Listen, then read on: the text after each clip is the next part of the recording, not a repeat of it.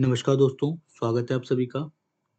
दोस्तों, SSC Hindi steno के skill test के लिए हमारी जो क्लासेस हैं, सुचारू रूप से संचालित हैं और डेली हम लोग एक डिक्टेशन को 80 शब्द प्रति मिनट की स्पीड से लिखते हैं। करेक्ट 30 सेकंड पे आपकी जो डिक्टेशन है वो शुरू होने जाएगी, तो पेन और कॉपी लेके आप तैयार रहें।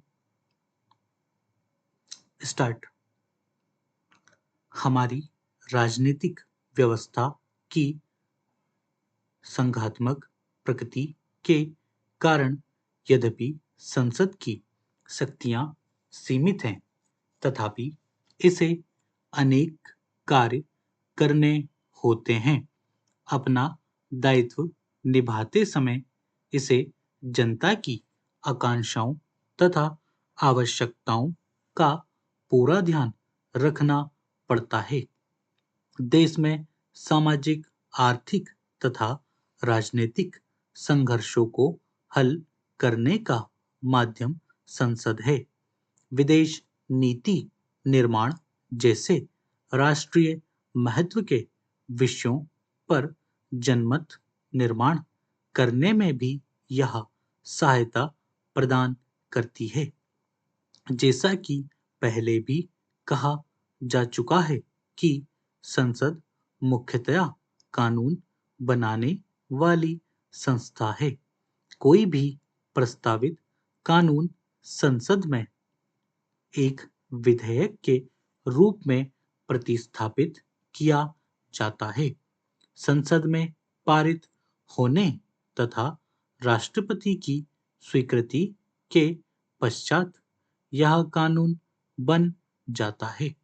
संसद के समक्ष आने वाले विधेयक दो प्रकार के होते हैं। आ साधारण विधेयक, ब धन विधेयक। संसद में प्रत्येक सदस्य को साधारण विधेयक प्रस्ताव करने का अधिकार है। इस दृष्टिकोण के आधार पर विधेयक दो प्रकार के होते हैं: सरकारी विधेयक और गैर सरकारी विधेयक। मंत्री सरकारी विधेयक प्रस्तावित करते हैं और जो विधेयक किसी मंत्री द्वारा पेश नहीं किया जाता है, वह गैर सरकारी विधेयक होता है, जिसका अर्थ यह है कि ऐसा विधेयक किसी संसद द्वारा प्रस्तावित किया गया है, ना कि किसी मंत्री द्वारा। विधेयक की प्रतिस्थापना के साथ-साथ विधेयक का प्रथम वाचन प्रारंभ हो जाता है। यह अवस्था बड़ी सरल होती है। जिस मंत्री को विधेयक प्रस्तावित करना होता है, वह अध्यक्ष को सूचित करता है। अध्यक्ष यह प्रश्न सदन के समक्ष रखता है। जब स्वीकृति प्राप्त हो जाती है, तो सामान्यतः ध्वनि मत से हो जाती है, तो संबंधित मंत्री को विधेयक को प्रतिस्थापित करने के लिए बुलाया जाता है। यदि विधेयक प्रवर समिति अथवा संयुक्त प्रवर समिति को सौंपा जाता है, तो संबंधित विधेयक का विस्तृत निरीक्षण करती है। समिति चाहे तो वह विषय विशेषज्ञों तथा विधि वेत्ताओं से भी उनकी राय ले सकती है। पूरे विचार विमर्श के पश्चात समिति अपनी रिपोर्ट सदन को भेज देती है।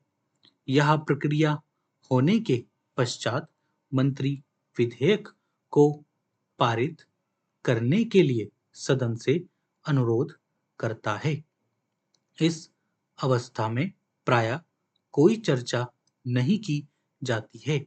सदस्य केवल विधेयक विरोध या पारित करने के लिए विधेयक का समर्थन अथवा उसका विरोध कर सकते हैं। इसके लिए उपस्थित तथा मतदान करने वाले सदस्यों का साधारण बहुमत आवश्यक है।